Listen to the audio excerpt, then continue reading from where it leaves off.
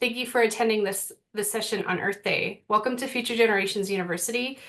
Here we believe in the power of people working together to transform communities.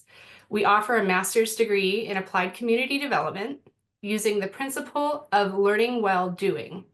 Individuals from around the world apply methods and tools to create sustainable change within their own communities, which serve as their individual classrooms. The master's program guides students to tackle real-world community challenges in areas such as strengthening local economies, environmental conservation, health, peace building, regenerative agriculture, food security, and more. Today, we are proud to celebrate our alumni, dedicated changemakers who are using what they've learned to uplift their communities, addressing pressing challenges and inspiring others to do the same. This alumni success sharing session is a platform to highlight their incredible work, share valuable insights, and foster standing alumni, and explore how they've applied education to drive meaningful change. Next, I'm going to just say, if I'm going to introduce people. Lindsay is running tech. Lindsay, if you want to wave.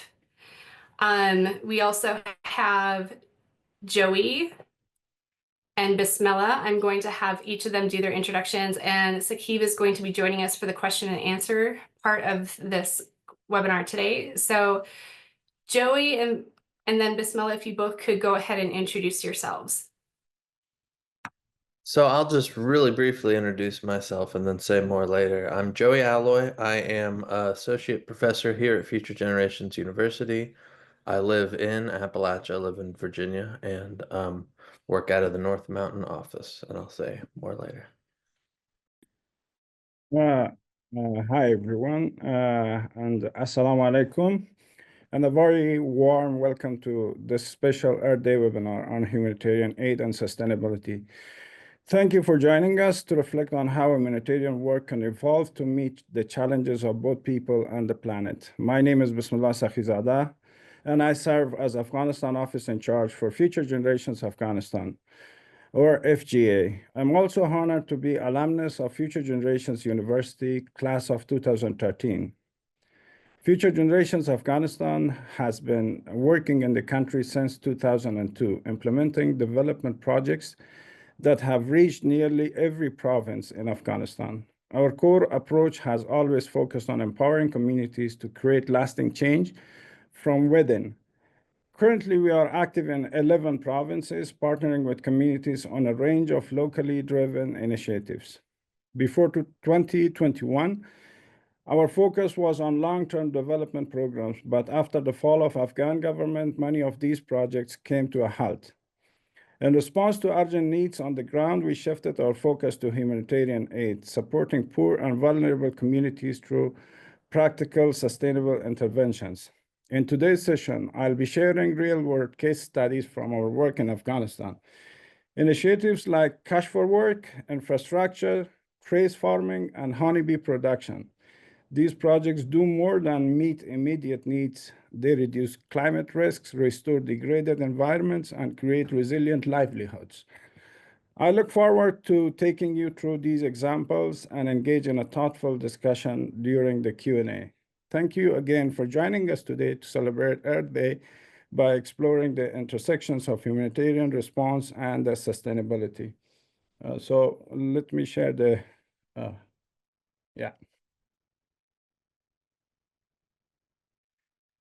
hope everyone has the presentation on.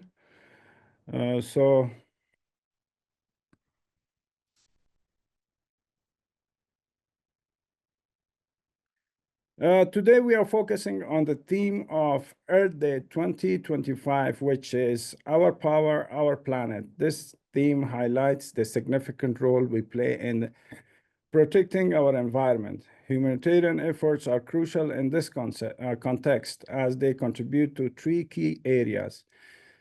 First, they promote environmental sustainability. This involves practices that help preserve our natural resources and ecosystems. Second, they aid disaster mitigation. Humanitarian projects help communities prepare for and respond to climate-related disaster, reducing their impact. Third, they focus on renewable resources integration. By incorporating renewable resources, we can create sustainable solutions that benefit both people and the planet.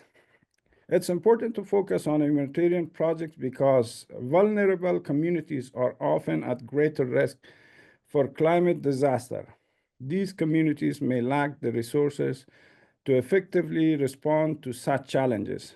Additionally, humanitarian projects have been designed to incorporate multiple levels of resilience, including environmental consideration. This approach may not only improve lives, but also enhances the overall health of our planet.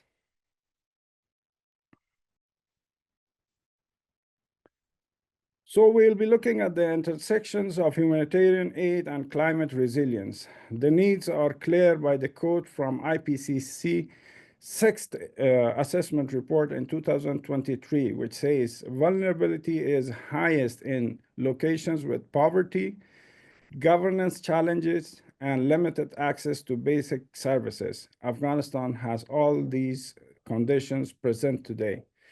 Additionally, climate change plays an active role in future humanitarian work as it threatens to undo decades of development gains and pushes the most vulnerable deeper into poverty and food insecurity.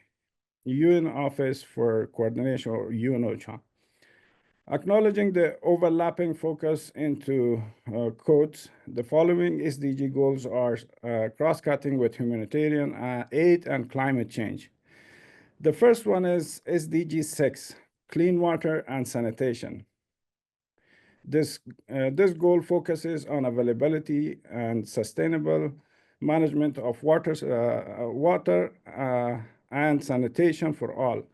Access to water, sanitation, and hygiene is a human right. In FG's project, you can see the investment in water management infrastructures, protection, and restoration of water-related ecosystems.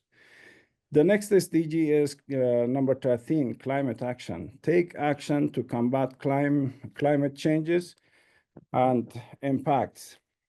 Climate change affects every country on every continent. Climate change is a global challenge that requires coordinated international cooperation. The third SDG is 15, life on land. Protect, restore, and promote sustainable use of terrestrial ecosystems.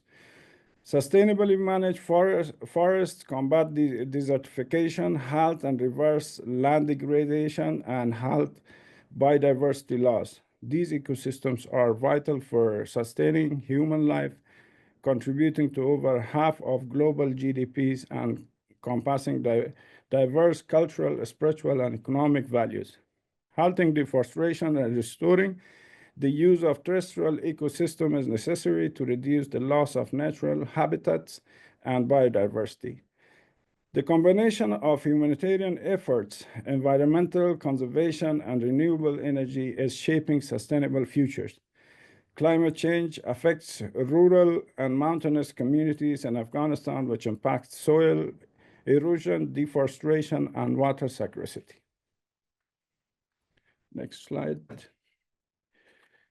The connection between humanitarian work and environmental sustainability.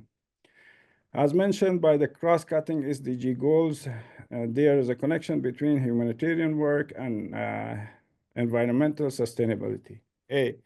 Many of the current projects have a climate action integrated, such as infrastructures projects that reduce climate risk, like flash floods and droughts. This is very important in Afghanistan as it is a high cycle of drought and flash flood, both of which are harmful to crops and resulting in less food security. Also, incorporating renewable energy and other renewable resources developed for sustainable agriculture to make long-term impact. Aid programs are not just about relief, they are about regeneration. So Afghanistan's current situation, IPC, here we look at Afghanistan's current food security situation, as this is the main concern for the country and driving force behind humanitarian interventions. Current situation as of September to October 2024, approximately 11.6 million people, or 25% of the total population, are experiencing high level of acute food insecurity, classified as IPC phase number 3 crisis. Projected situation in November 2024 to March 2025. During the lean season, the number of people facing high level of acute food insecurity is expected to rise to 14.8 million, representing 32% of the total population. This includes about 3.1 million people, or 7%, in the IPC phase number 4 emergency, and approximately 11.6 million people, or 25%, in IPC phase number 3. So the recent IPC is not published, but it's under process. Afghanistan's current situation, IPC. In this slide, we highlight Future Generations integrated interventional action in 2024 across multiple provinces. We have built 90 zero energy storage houses in Logar and Nuristan to reduce food loss and improve storage using eco-friendly designs. 800 micro greenhouses were established in Kunar, Nuristan, Nimroz, and Badghis provinces, helping families to grow vegetable year-round. 2,200 traditional nurseries and 360 agroforestry nurseries in 3 provinces are growing trees and promoting climate-smart agriculture. We have installed 1,280 solar dryers in 4 provinces, supporting farmers to prevent their produces sustainability. In Kunar, we have set up solar-powered drip irrigation system for over 20,800 trees, maximizing water efficiency. And we have supported 300 orchards, distributing 50,000 saplings and 300 families in Nuristan, Kunar, and Laghman, improving both nutrition and income. Together, these efforts combine renewable energy, sustainable agriculture, and community development to create long-term environmental and economic impact.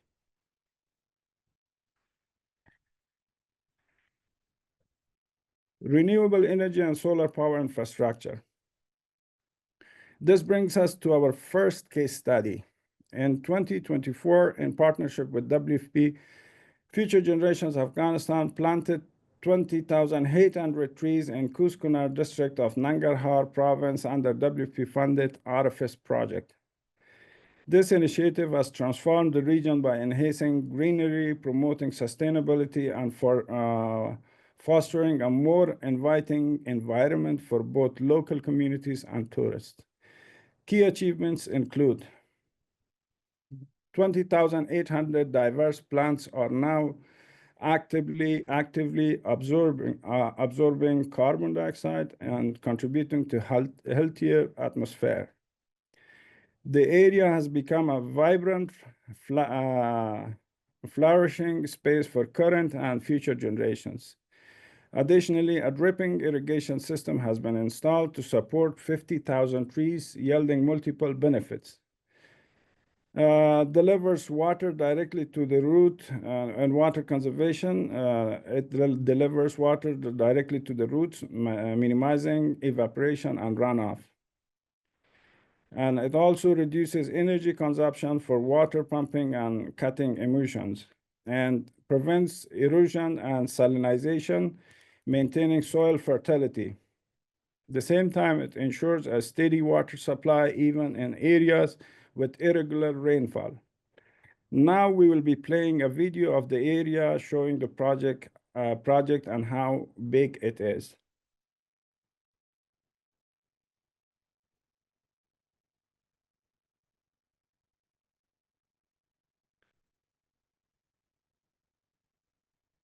The video that you're watching was recorded on the first when everything was installed.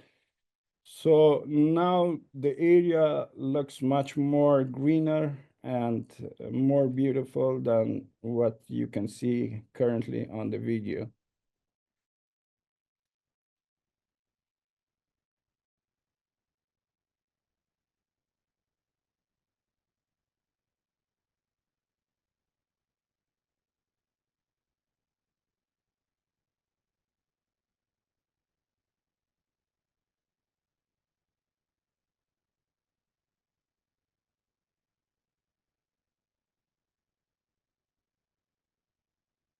Chris, does the video have sound?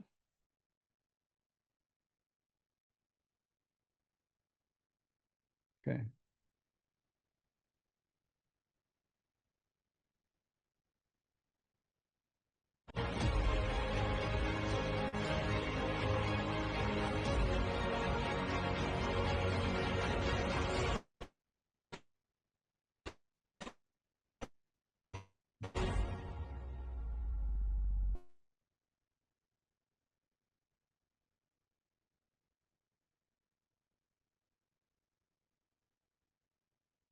Okay, so when the sound is playing, then the screen goes off. So this is the video, and I think the video quality is not good as well. So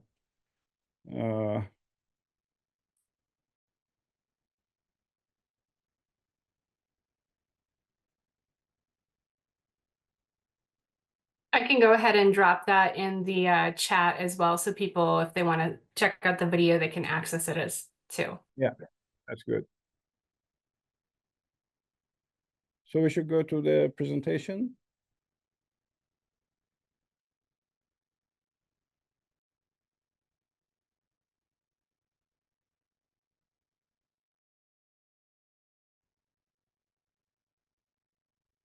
Okay, so cash for work and building resilience through infrastructure. This slide explains how our cash for work approach helps both people and the planet.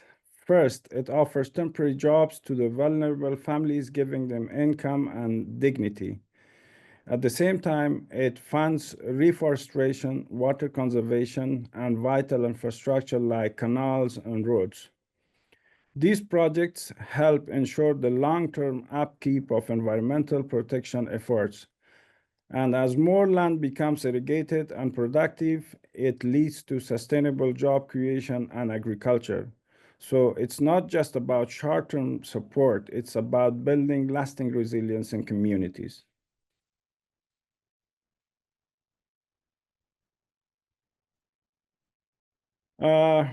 FGA infrastructures built in 2024, last year. Here's an overview of infrastructures built focused on water management in 2024.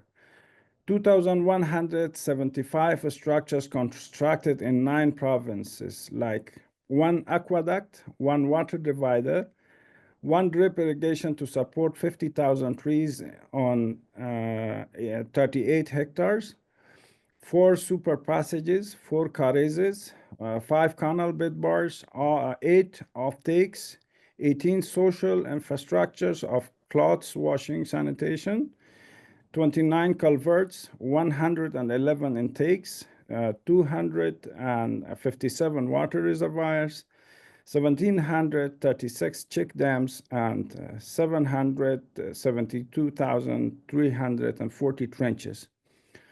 All these infrastructures were funded either by FAO, WFP, or UNDP donors. So here's a highlight how communities participate in planning of projects. I have a couple of photos on the community-based participatory planning session, and the one on the right is a session held in 2023, and the one on the left is a session that has recently held in 2025 for future projects. How community-based participatory planning works.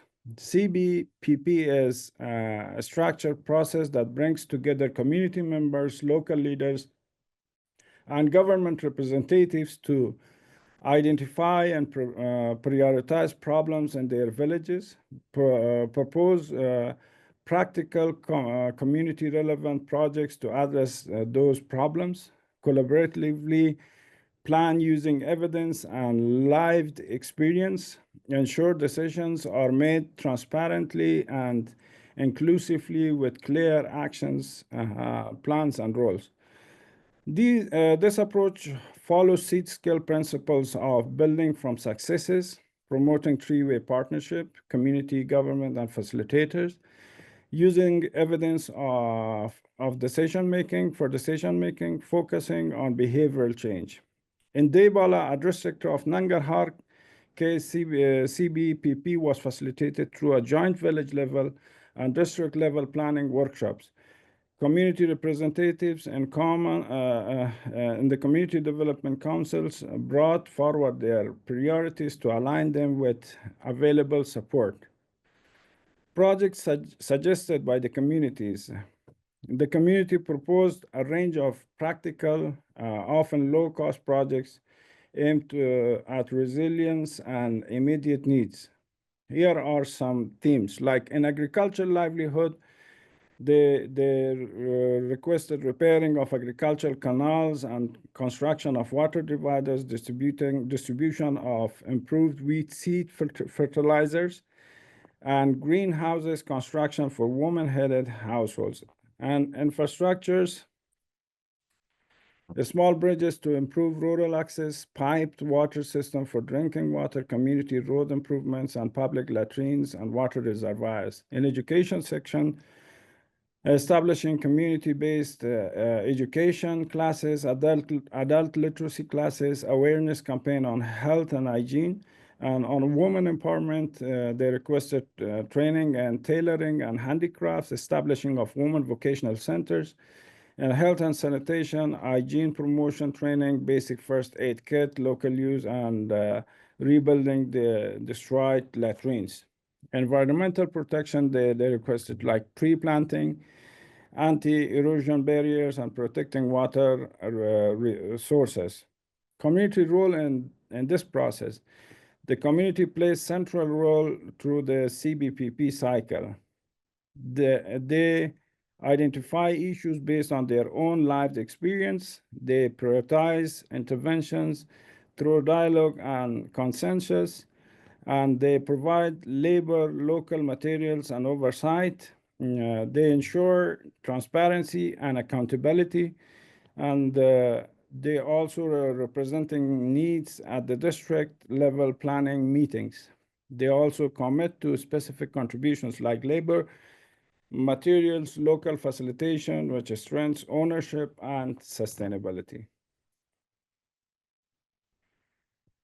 The next case study example is of FAO-funded resilience project to prevent soil erosion and reduce flood risk through check dams and canals. So check dams help retain rainwater, slowing its flow and reducing runoff. This is essential for areas prone to water scarcity or erosion. By holding water temporarily, check dams allow it to seep into the ground and replenishing aquifers and improving water availability for agriculture and drinking. These structures prevent soil erosion, reducing velocity of water flow, preserving fertile topsoil, crucial for farming and vegetation. Canals. Canals channel water from check dams to agriculture field, ensuring even distribution of maximizing irrigation efficiency. They provide a reliable water source for crops, enhance productivity and food security in region and depending on rain-fed farming. Canals often serve multiple purposes, including supplying water for domestic and use and supporting livestock, which strengthens community resilience. Now I'd like to invite you to watch a video showcasing these projects.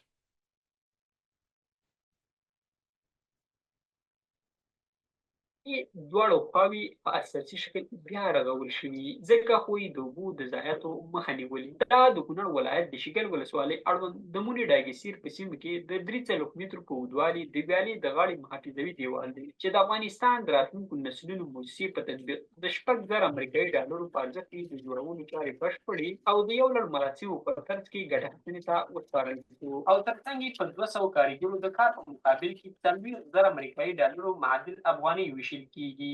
کشورات دوه برخې لرلې. یوه د ساختمان برخه وه چې عملاً تاسې ولیده نن رسما افتتاح شوله. باقي برخه چې ده د کشورات برخه هغه د چک ډیمونو ده او د 4,500 نه زیات چک ډیمونه موږ جوړ کړل.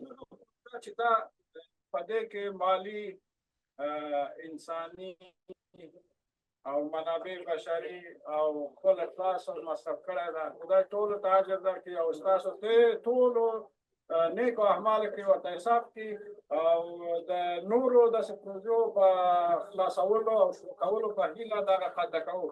بسم الله الرحمن الرحیم.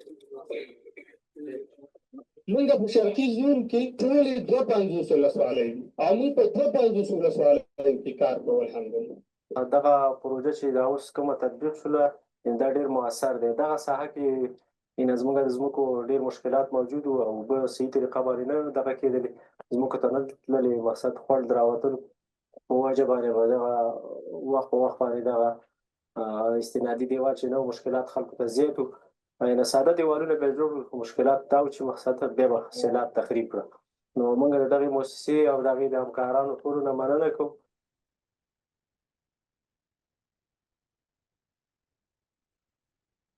Thanks for watching. And next slide, we will be talking about trench excavations. The next case study is focused on trench excavations, preventing soil erosion. Slope, terrain deforestation, and heavy rains can cause rapid erosion. Trenches slow down water flow, stabilizing soil and reducing land degradation.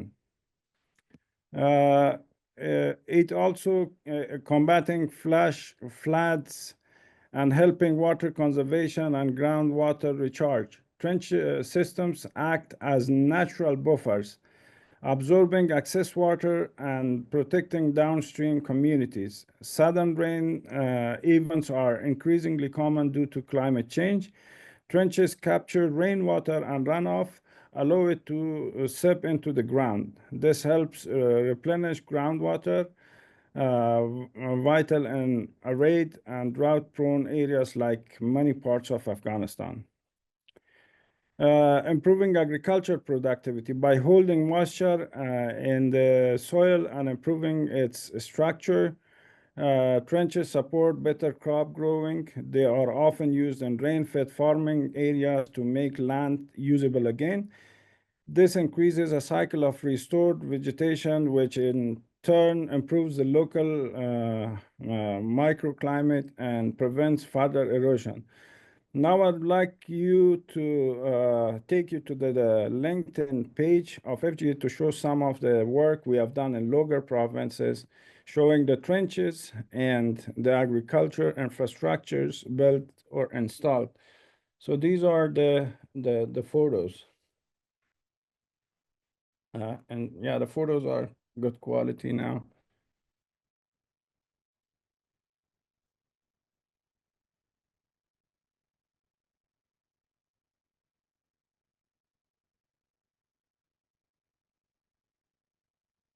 These are the trenches.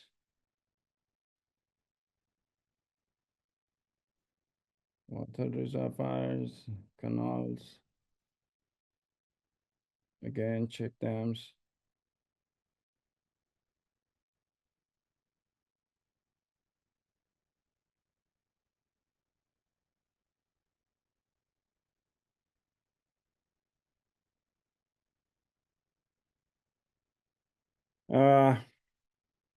So our final case study is focused on honeybee production.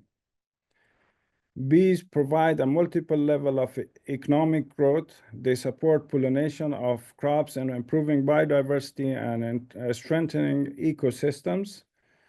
Additionally, honeybee production provides sustainable income to rural communities. Also, it supports regenerative agriculture by aiding soil fertility and plant growth. Again, I would like to invite you to watch a video of example of honeybee production from our FAO-funded project in Badghis province.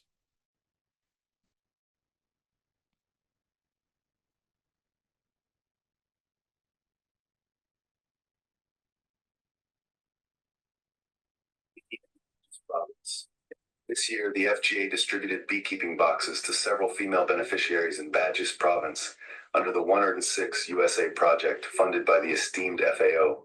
Due to the excellent climate in the area, the beneficiaries have been able to produce high yields of natural honey from their beekeeping activities, which they have successfully brought to market. They find this initiative very effective and beneficial for their economic growth, and are now requesting the expansion and development of beekeeping in the province from funding agencies. In the name of Allah, my name is Saad Gul, and I am a resident of Badghis province. Under the 106 USA project funded by the esteemed FAO, the FGA distributed 4 beekeeping boxes to us, which increased to 8 boxes over the course of the year. In June 2024, we harvested honey from these 8 boxes, extracting a total of 120 kilograms, which we sold for 1,000 to 1,200 Afghanis per kilogram. Each box contains 1 queen bee. To prevent overheating during the summer, we spray water and leave the boxes open, while in winter, we maintain warmth. We adjust the beekeeping boxes according to the temperature. In spring, we provide sugar to incentivize egg laying, and in winter, we create a mixture of honey to feed the bees. In Badghis, most women who own bees are engaged in beekeeping, and those who do not yet have bees can also manage beekeeping effectively if bees are provided to them. Beekeeping has become our primary occupation, significantly improving our livelihoods. We are hopeful that with continued support, we can further expand this practice and enhance the economic stability of our community.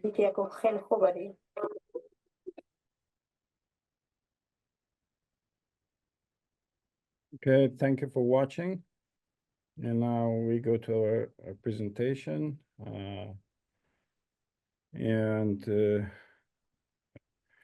The long-term impact of humanitarian aid, how humanitarian aid leads to sustainability and resilience. Typically, humanitarian aid is classified as short-term impact aspect have been built for long-term sustainability and resilience. As we have seen, Cash for Work projects focus on water management, infrastructures, build support, renewable resources, create lasting environmental benefits.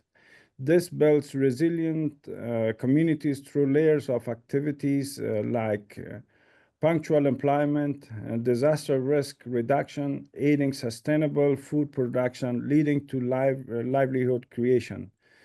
By working with communities and local leadership using evidence-based decision-making, projects are more effective and have longer-term sustainability, building resilience for communities. Humanitarian work is not just about responding to crisis. It's about ensuring communities thrive for generations to come. I would like to give a special thank to the partners, to you. You have attended here, to our donors, FAO, UNDP, WFP, especially the projects that we explained. The Future Generation staff, who has Future Generation Afghanistan staff who have worked in these projects.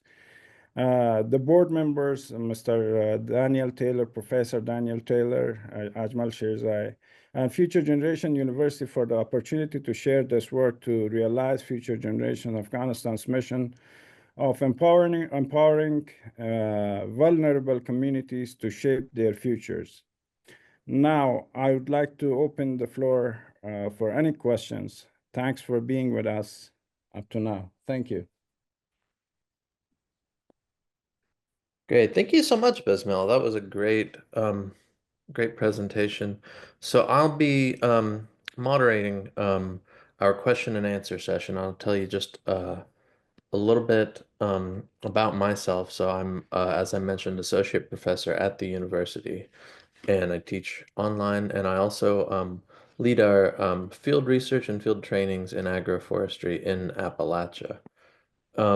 My background is in environmental philosophy, and the philosophical gist of my studies has been that by doing the work of actually engaging in our environments and learning things about them is how we can best become sustainable. And so I'm interested in asking Besmillah and Saqib questions about the community involvement in these projects. And I know Besmillah already had some interesting things to say there. But I'm just going to be moderating today, and I'll only ask those questions if you all don't. So please throw them in the chat or throw them in the Q&A box. And if they don't if we have so many questions that they don't get answered today, we will be following up and posting them in the Alumni Facebook group, and we'll also be posting answered questions there as well. But before we get to questions and answers, Saqib has not yet had a chance to introduce himself, so now's a good time to do it. Saqib, floor is yours. Yeah, thank you, colleagues. Thank you, Besmillah, for the great presentation and exhibiting the excellent work of FGA across Afghanistan. So my name is Najeebullah Saqib. I'm working in the capacity of Managing Director for the Eastern region. I've joined FGA in 2012, worked with the esteemed organization for the last 13 years on a various capacity. Currently, I'm a panel member of this webinar. So colleagues, friends, and partners can ask various questions. As you know, the Joy has shared the link, and we can then answer your questions, and we'll also prioritize the questions here if we had time. Thank you everyone for joining this webinar, and thank you to you, Chris, Joy, and other colleagues. Thank you so much.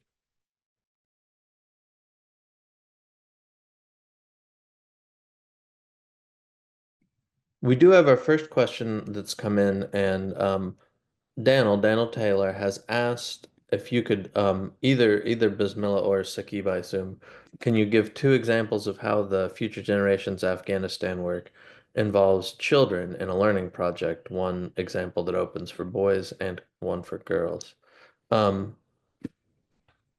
Daniel, would you like to unmute? Can we do that and ask the question verbally, or is that, Lindsay, not a technical possibility?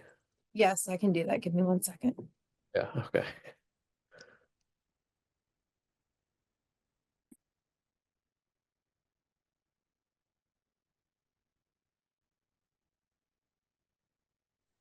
Okay, I think you can hear me now. First, Yes, we can, Daniel. to my colleagues in Afghanistan, Assalamu alaikum. I congratulate you and am so proud to be a colleague of yours now for more than 2 decades. You've had extreme difficulties, and I'm particularly interested in the legacy you're passing on to children, especially in the current age when there are these very real threats to the well-being of children from the environmental issue. And I have personally seen some examples of the work of children in a number of areas, but I would like you to really give us an image of how girls, young girls, are getting involved in environmental action in Afghanistan. Saqib, you are specifically in the eastern region where you have some particular difficulties getting female participation for young girls. So maybe you would like to do that. But Bismillah, you also come historically from the northern part of Afghanistan and from your tribe, and maybe you could give an example of how young boys are learning stewardship for the environment. Short examples that give us images for what they are doing. Thank you very much.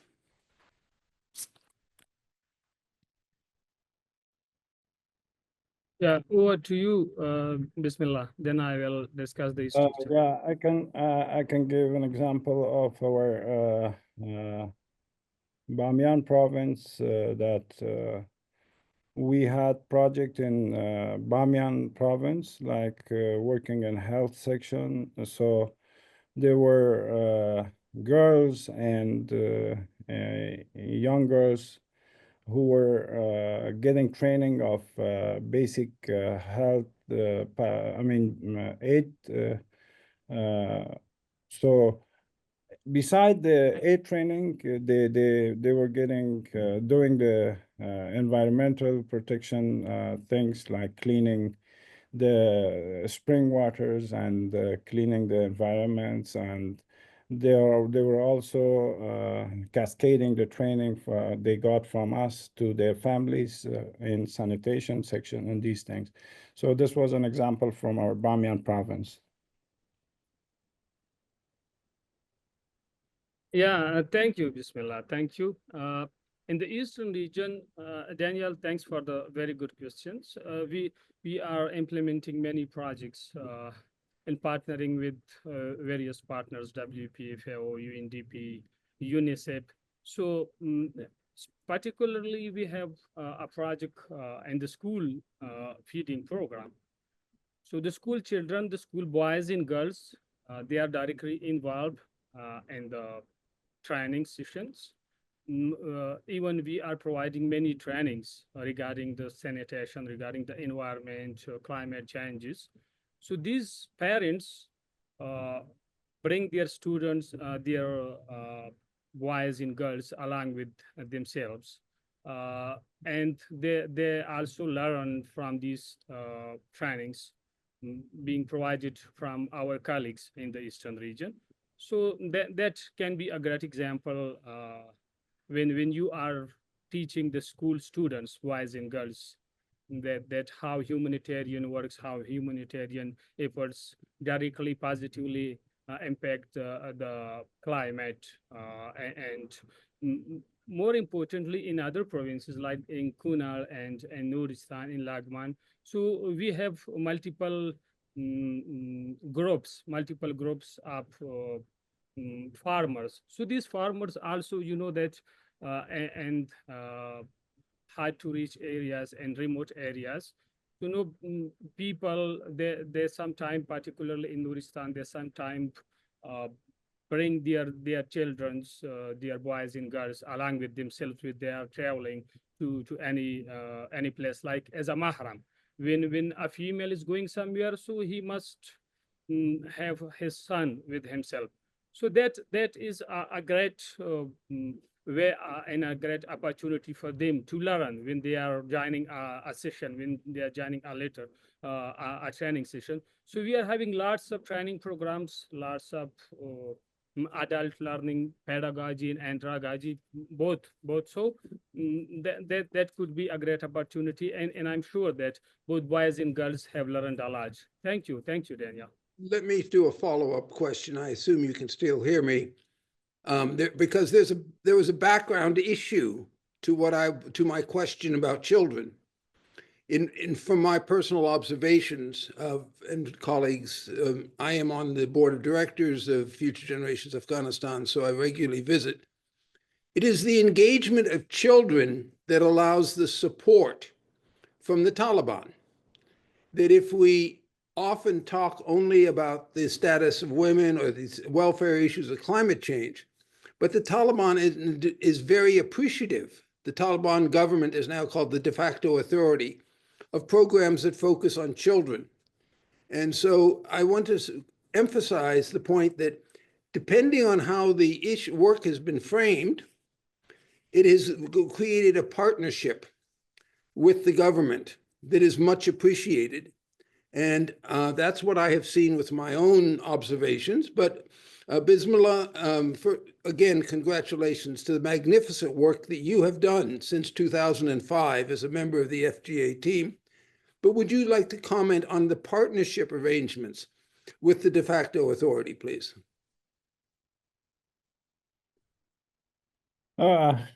Actually, we have a good partnership with the de facto, because every project that we are getting from the donor, so it should be registered with the Ministry of Economy, which is de facto, and then we should be introduced through the Ministry of Economy to the line departments in the provinces where we go.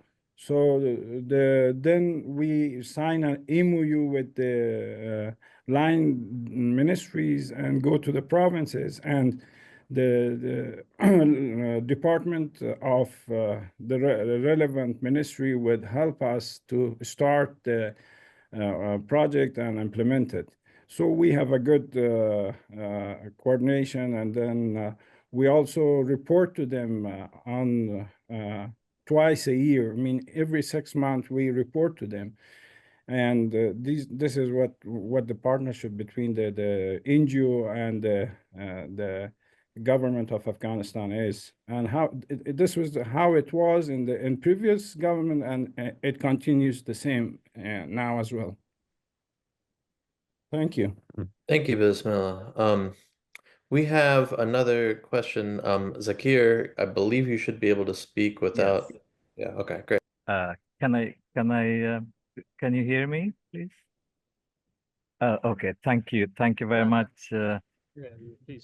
First of all, I'm very, very happy to see you, Bismillah John, after a very long time, and Saqib Sahib. I think it's very, very crucial to have, in my opinion, to see that these projects or how much these projects are impacting in leading to the sustainable environment in Afghanistan. And I think I agree with you all that the humanitarian assistance can drive environmental sustainability in any country. But just my question was about the recent funding cut and how much this has impacted your great work in Afghanistan. Because these projects are very, very crucial, and I don't know how you would continuously funding these initiatives in Afghanistan. I just wanted to know how it is impacted, and what are the alternatives, the alternative strategies that you would implement in the future to continue this great work in Afghanistan. Thank you. Thank you, Zakir, and nice to see you joining this webinar. Actually, the recent administrative orders on the humanitarian aid to be cut down also impacted Future Generation Afghanistan projects as well. Nearly 800 staff or employees were put on unpaid leave until we get new projects. So, of course, we were impacted, and some of our projects were closed immediately. And we have to wrap up and report at the midterm of the project. And we still are closing some of our projects with some donors, but we believe that this is short term, and we will have humanitarian projects coming to Afghanistan, and we will be part of that in future as well. Thank you. So we have a question coming in the Q&A box. it looks like this is for Saqib, but Bismillah, I'm sure you could answer as well. In remote areas such as Nuristan and Kunar provinces, is there any change in the lifestyle of those people who got assistance from FGA, or do they need more long-term food security projects?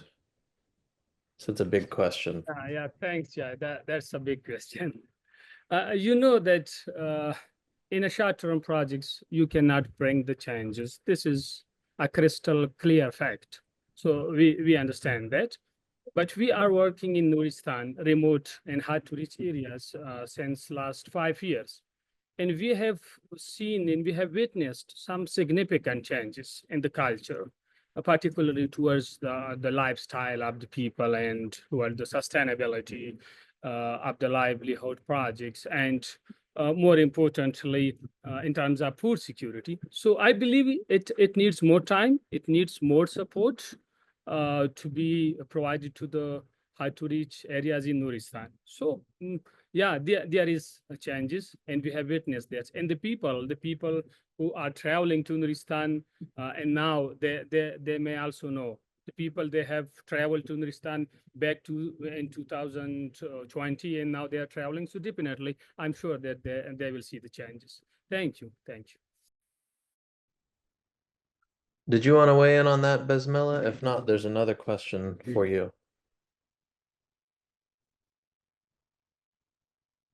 The question from Lindsay?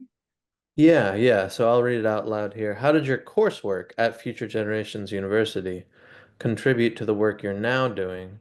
And what challenges have you faced since graduating, and how have you worked to overcome those? So that's an even bigger question maybe than the one we just had. Yeah. It's a bigger question. So my coursework provided a solid foundation and concepts and theories relevant to my field.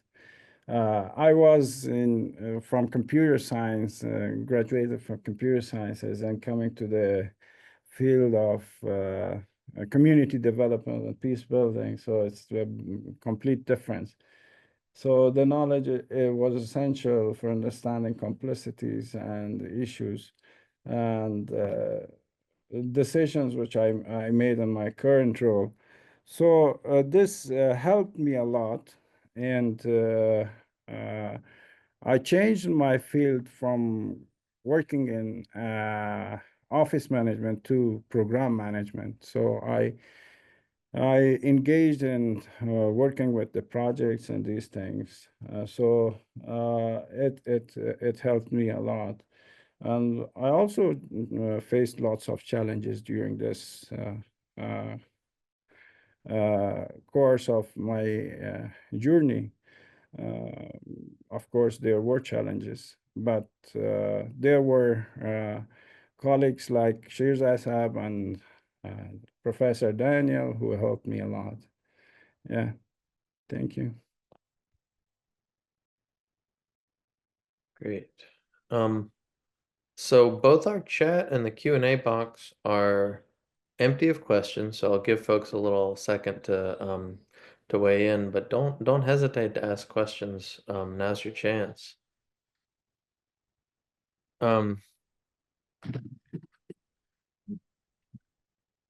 So I had said earlier that I had a sort of broad picture question that I feel like Saqib, you mentioned an answer to just a minute ago in terms of behavior change, but my big question for both of you is sort of this, Bismillah started off at the beginning of the presentation talking about how big of a threat climate change is to all the development work that's been going on for generations, right? And one thing that I think most of us are realizing who do, agricultural work, flood management work, any of that sort of thing in the era of climate change is that we can't just, like we could do 50 years ago, build a dam and then leave it, just maintain it and hope that will work. The ecosystems are changing as the climate changes and we have to continually manage them. Do you feel that the humanitarian work you're doing, which involves, involves giving people at least temporary employment, is that giving people the skills to have sort of a rich practical knowledge of their environments to be able to keep up with the changes in climate long term? And this is of course as difficult as a question as the one that Saqib answered a few minutes ago, because behavior change is a big question. This is a specific type of behavior change. Yeah, thank you, Jai. It's also a big question, and thanks for asking these questions as well. Regarding the behavior changes, I've just explained that we have seen multiple changes in their behaviors, and even in the farming system. That, for example, the Nuristan people are now familiarized with the agriculture tools, with the agriculture machinery. So previously they were not. And the agriculture various practices like they were trained, they were provided some technical trainings. So definitely their behavior will change. Similarly, they are doing the agriculture practices in a modern way. The people, they were not as much familiar with the daily wages, with the daily wage working. So linking to your question that with the short-term employment, so they have been provided short-term opportunities, employment opportunities. So they are now familiarized and they know that how to work in a daily basis, accumulating in some money. You know that the market in Nuristan is very poor. So they do not have access to the market. They were not even familiarized that how to go to the market and how to buy something for their family, for themselves. And even there were previously, that there was a barter system. In some areas of Nuristan, currently we have witnessed that. We have visited those areas. There is still a barter system. So now when they are having money reaching to the market, so definitely this is a kind of change. They are familiar. They are familiar now. They know that what to buy for the family, how to buy, and like what is employment, daily wage, monthly. So this is because of these NGOs. This is because of like FGA, along with other partners, along with other humanitarian activists working in Nuristan. So thank you. Hope I have answered. I can explain a short example. Like there were some communities that they never liked the roads to be built, or the connection roads to the central markets were not built, so they didn't like it to be like that. When they found nearing communities that these roads benefited them a lot, so now they are themselves coming to NGOs, bringing their request that please come and work with us and construct our roads and connect us to the market. So these are the big changes that we see in the communities. Exactly. Yeah, and people, particularly people who are not interested in these modern technologies, access and health facilitations, these things. They were thinking that these are not important, like for the human being. But now they understand that they are having a significant role in human life. Great, thank you. That was a pretty robust answer. So thank you both. Yeah. Yeah. So we have another question. I'm going to try and answer it live. It's directed at me, but I think that actually Besmillah and Saqib, you're better suited than I am to answer this. So in case of the termination of a project from a donor with Future Generations Afghanistan, if the project is halfway through its implementation stage, how are you able to keep the activities continuing and complete the project without donor financial support? And if the answer is you can't, that's important information as well. But yeah. That is the difficult question. Tricky, a bit tricky question. There are some projects that we can do, like There's a shortfall in a project, and at the same time, we have another project going on in the same community and same, type of activities. So we already have the resources, we already have the staff and everything available for us. So if the funding is stopped, so we can continue by using the available resources to complete the project. And we have practiced such thing in the past as well. Can you explain more, Saqib John? Yeah, thank you, Bismillah. You know that when we are working with the community, spending many years in one community, so we have some plans for the sustainability, we have some exit plans. We want the community to stand on their own feet. So we are working with them, providing many technical trainings, and we teach them that whenever there is no humanitarian project, so how will you handle such situation? And we have some unions inside the communities, and these unions, they have like the president, the vice president, the treasurer, and these. So they have some kind of responsibilities. They have been trained, and they know that and in hard to reach areas, in remote areas, we have a system, we call it like Ashar in our local areas, joining the people, collecting the people, working together for their areas for free. So when they have such kind of situations that a project is terminated abruptly, the NGOs, the humanitarian activists, they have already taught them that how to continue, how to keep them alive, and how to work. So the community people have the commitment, and they have been trained so they can continue. Like, for example, currently in Nuristan, we had a terminated project recently, a month ago.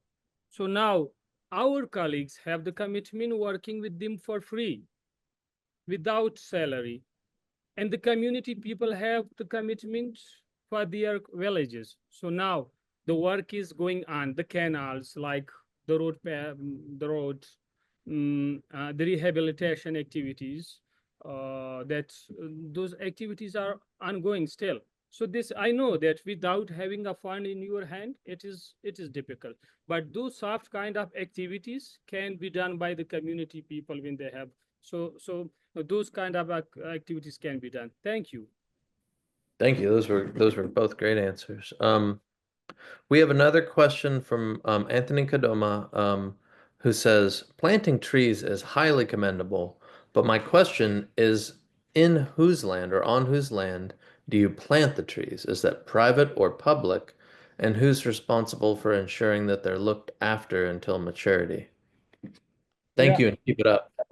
Yeah. In Afghanistan, the responsibility of ensuring caring trees planted on both private and public land primarily falls to the Ministry of Agriculture, Irrigation, and Livestock, which we call it MAIL, which oversees forest management. However, local communities and citizens are also encouraged to participate in the sustainable management of these resources. So these trees were like in a public land, like it's government owned land. The trees are often planted in public spaces such as park, communities, or areas alongside the road.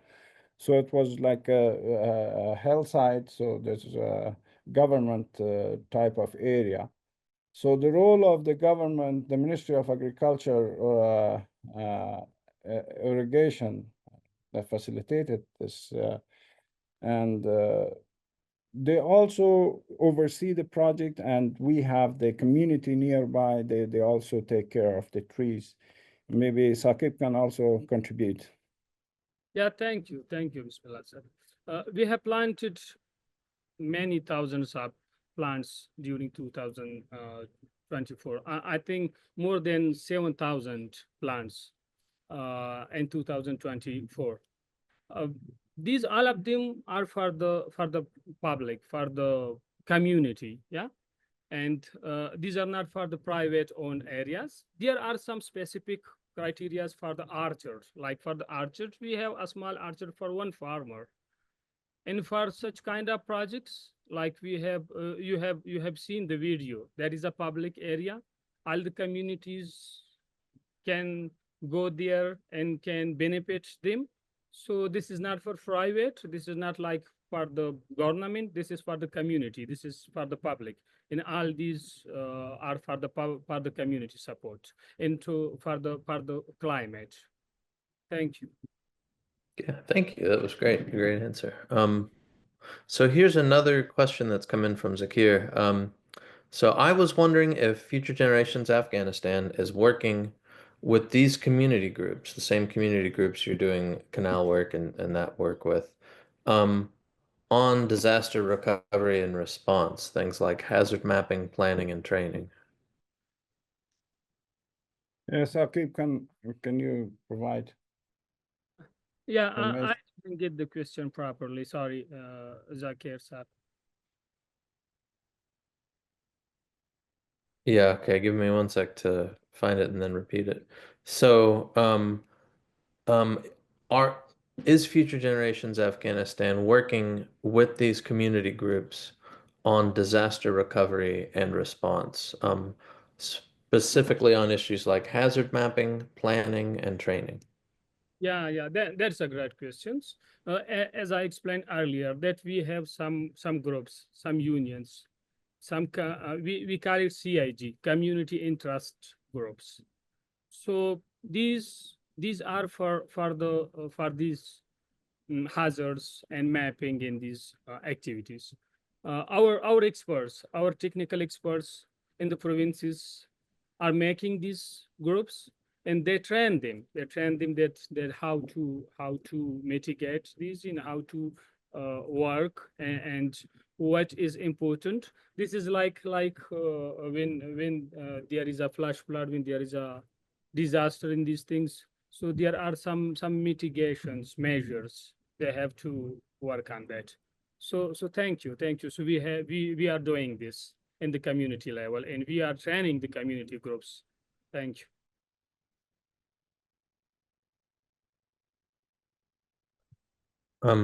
Great, thank you. So we have another question that's come into the question box. And it seems, and I'm going to read it here for you both. It seems that based on much of what has been said already, climate action and regenerative agriculture go hand in hand right now in Afghanistan. And I would just add humanitarian work as well, right? Are there any specific efforts being made to educate people on climate change as a problem, conservation for conservation's sake, or is discussion of conservation or climate always approached through food and water security? So that's a complex question. Yeah, climate and agriculture that are like working hand to hand. So without supporting the agriculture, so definitely they have some negative impacts on the climate when you don't support the agriculture system. Like when you are not providing making the canals, the irrigation systems for the farmers. So definitely the climate system will be impacted. So when we are making canals like check dams, these things, so this will support the climate definitely. So they are going hand to hand, and they are supporting each other. When we are supporting the agriculture, so definitely you are supporting the climate changes. Thank you. The current approach in Afghanistan tends to prioritize food and water security and discussions about climate change, with limited emphasis on broader conservation education. Efforts to educate communities about climate change are likely intertwined with practical resources management strategies rather than standalone conservation initiatives. So we are working on that. And for a short note, for the information, FGA is also a member of the CONSA group working on environmental issues. Great, thank you. So we had gotten a question over email earlier today from Abdullah Ayobi from Kunar, and this is a big question too, so don't feel like you have to answer all of it. But the question is, how can we help look after our planet? Even in Afghanistan, we do not have enough resources for daily food, and our country also does not have enough budgets to make parks and prepare dustbins and stores for keeping the environment clean. So that's a very big question. And I think you've kind of answered parts of it already, so don't. You know that the Earth Day 2025 theme is our power, our planet. Yeah. So I think we have to work together, and we have to work by ourselves. In seed scale, and the energy that we focus on is like human as a constant renewable energy, so that all communities have and can access. So we are the human being, we have the energy, this is the human energy, and we have to work for this. And today, you know that we looked at the humanitarian efforts done by the FGA, and you know how these efforts have supported the climate, how these efforts have supported the planet. So this human energy to contribute to the environmental sustainability and the disaster mitigation and the renewable resource integration. Yeah, thank you.